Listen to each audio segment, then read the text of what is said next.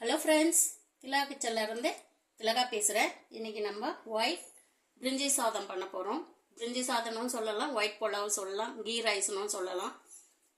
எப்படி பண்ணுறதுன்னு பார்க்கலாம்.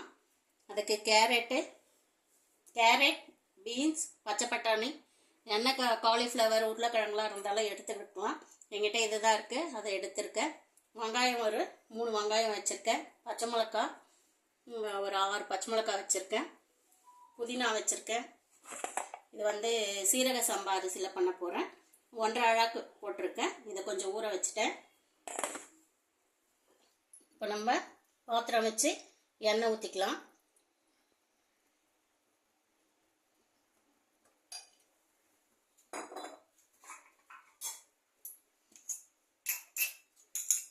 எண்ணெய் கொஞ்சம் நெய் கொஞ்சம் ஊற்றிக்கிறேன்.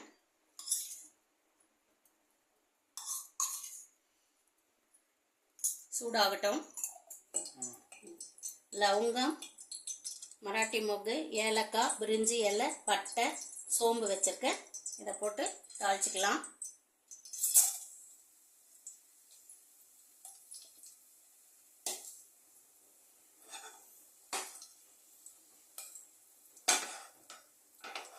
சோம்புலாம் நல்லா வெடிக்கிட்டோம். வெடிச்சாதான் வாசனை நல்லாயிருக்கும்.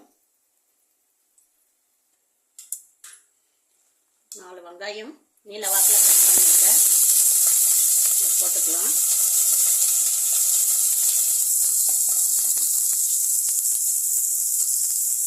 வெங்காயம் வதங்க கொஞ்சம் சால்ட் போட்டுக்கலாம்.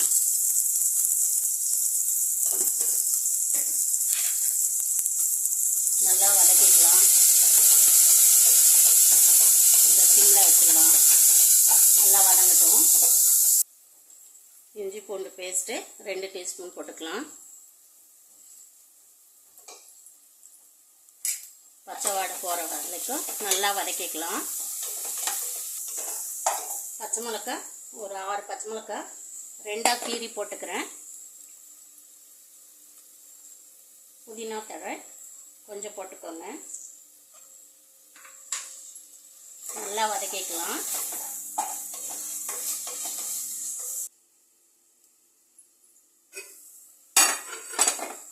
தக்காளி ஒரு அரை தக்காளி போட்டிருக்கேன். வேணும்னா யூஸ் பண்ணலாம், வேண்டானாலும் விட்டுடலாம்.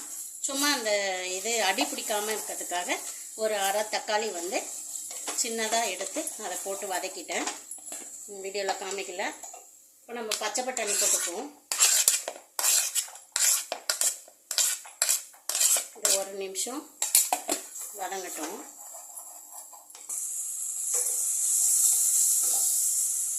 பீன்ஸு,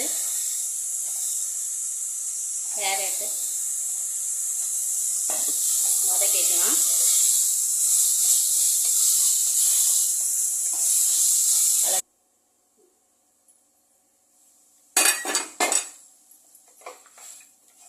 நல்லா வதங்கட்டும். பச்சை பட்டாணி கொஞ்சம் வேகணும் இல்லைங்களா? கொஞ்சம் நேரம் ஒரு 2-3 நிமிஷம் மூடி போட்டு வச்சிடலாம். வேகட்டும்.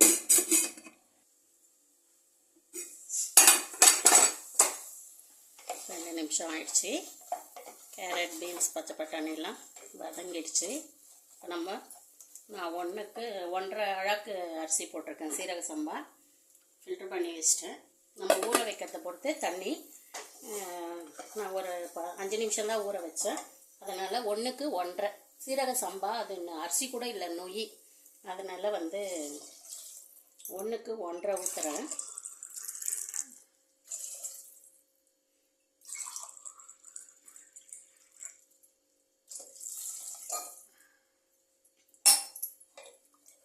தண்ணி நல்லா கொதிக்கிட்டோம். உப்பு செக் பண்ணிவிட்டு தண்ணி கொதி வந்தோடனே அரிசி போட்டுடலாம். ஈஸியான வேலை, சீக்கிரம் முடிஞ்சிடும். கடகடன்னு ஸ்கூல் லஞ்சுக்கு ஈஸியான வேலை. பசங்களும் நல்லா விரும்பி சாப்பிடுவாங்க. தண்ணி கொதிக்கிட்டோம். கொதி வந்தோடனே பார்க்கலாம். தண்ணி நல்லா கொதிக்குது. சிம்மில் வச்சிடலாம்.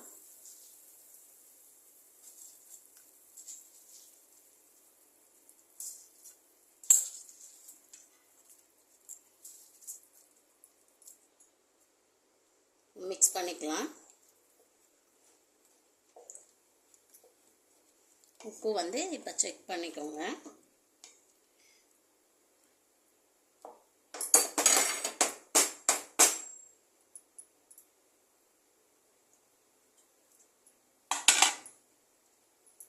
உப்பு கம்மியாக இருக்குது.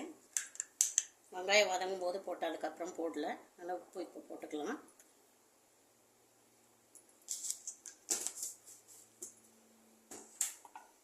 நல்லா மிக்ஸ் பண்ணிவிட்டு கொதி வந்தோடனே ஒரு 12 நிமிஷம் சிம்மில் வச்சிடலாம். இது நொய் தான், அரிசி இல்லை. அரிசினா கொஞ்சம் லேட் ஆகும். நொய்ன்றதுனால ஒரு 10லேருந்து 12 நிமிஷம் வரைக்கும் வச்சுக்கலாம்.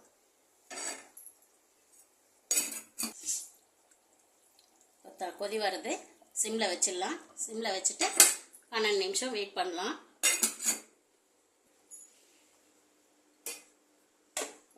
சிம்மில் தான் வச்சேன். ரெடி ஆகிடுச்சு பாருங்கள். 10 நிமிஷம் தான் ஆச்சு, முதல்ல ரெடி ஆகிடுச்சு. இப்போ வந்து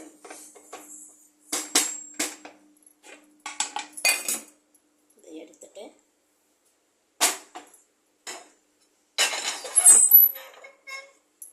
ஒரு 10 நிமிஷம் தம் போட்டுக்கலாம். ஏன்னா இது நொய் இல்லையா, அதனால் ரொம்ப குழஞ்சா நல்லா இருக்காது.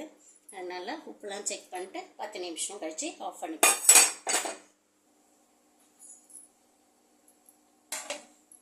10 நிமிஷம் ஆயிடுச்சு. எப்படி வந்திருக்கு பாருங்கள். நல்லா உதிரியாக வந்திருக்கு, ஒட்டாமல் வந்திருக்கு பாருங்கள். ஒட்டாமல் வந்திருக்கு.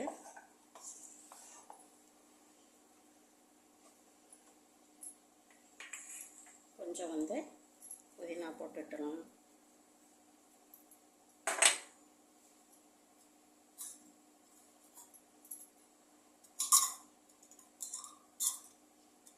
கொஞ்சம் நெய் ஊற்றிக்கலாம்.